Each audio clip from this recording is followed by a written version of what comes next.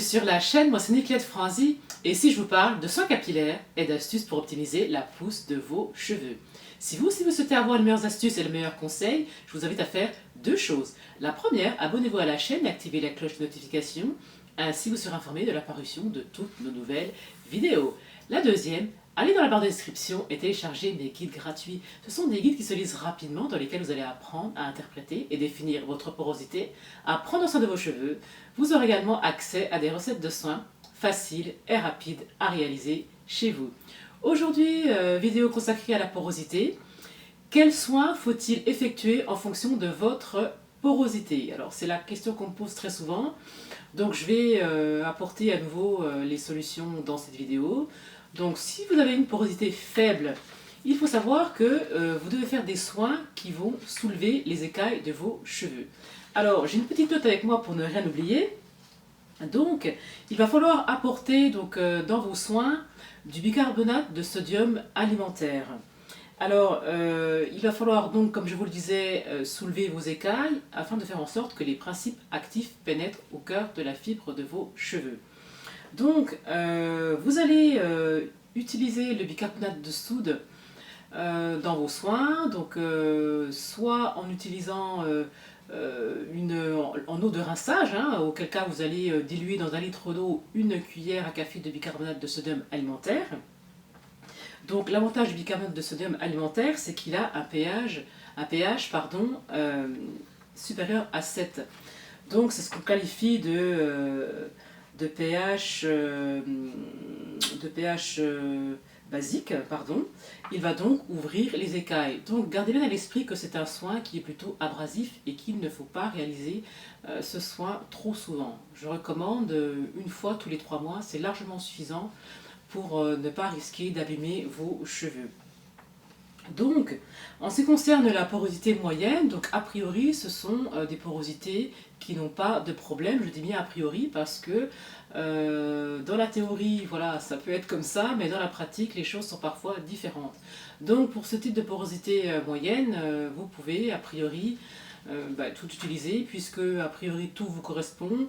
Vous pouvez utiliser tous les types d'huiles, voilà, c'est les huiles lourdes ou légères, a priori ça ne pose pas de souci à vos cheveux. Donc voilà, pas de souci pour cette porosité moyenne.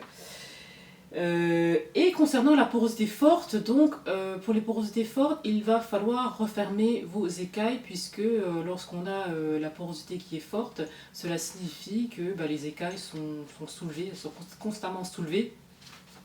C'est ce qui les rend vraiment secs, ternes, et ils paraissent visuellement abîmés, vraiment pas beau du tout visuellement.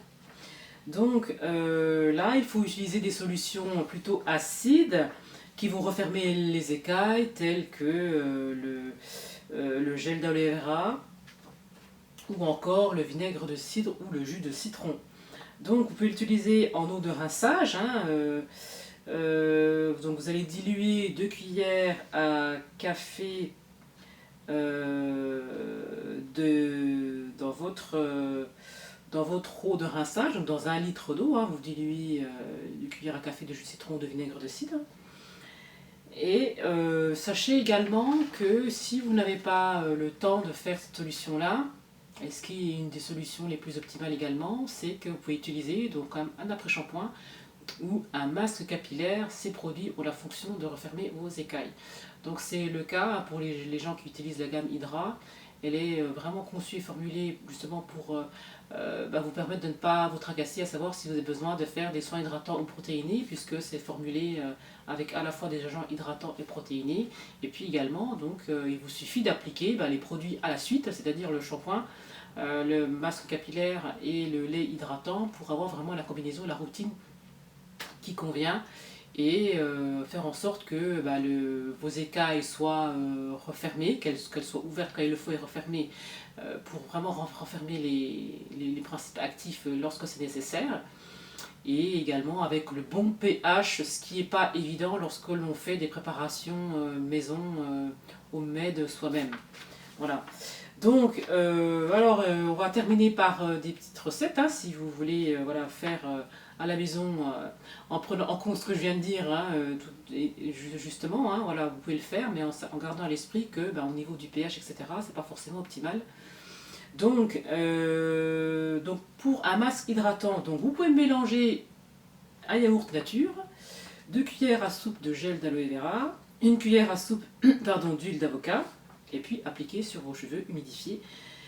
Laissez poser 20-30 minutes, rincer, et puis procéder à votre shampoing. Et concernant donc le masque protéiné, donc vous pouvez utiliser un avocat bien mûr que vous allez mixer. Vous pouvez ajouter du lait de coco, une briquette de lait de coco, hein, vous pouvez la remplacer par un œuf si vous n'avez pas. 3 cuillères à soupe d'huile d'olive et 2 cuillères à soupe de miel. Donc pour les protéines, hein, voilà, j'ai déjà beaucoup expliqué, donc c'est pareil, le plus efficace reste les protéines hydrolysées, les protéines de soie, de blé ou de la kératine, etc., que vous retrouvez aussi dans la gamme Hydra. Et puis, voilà, donc cette recette-là de masque protéiné, vous pouvez l'appliquer après le shampoing sur cheveux humidifiés et puis vous pouvez les laisser poser 20 à 25 minutes.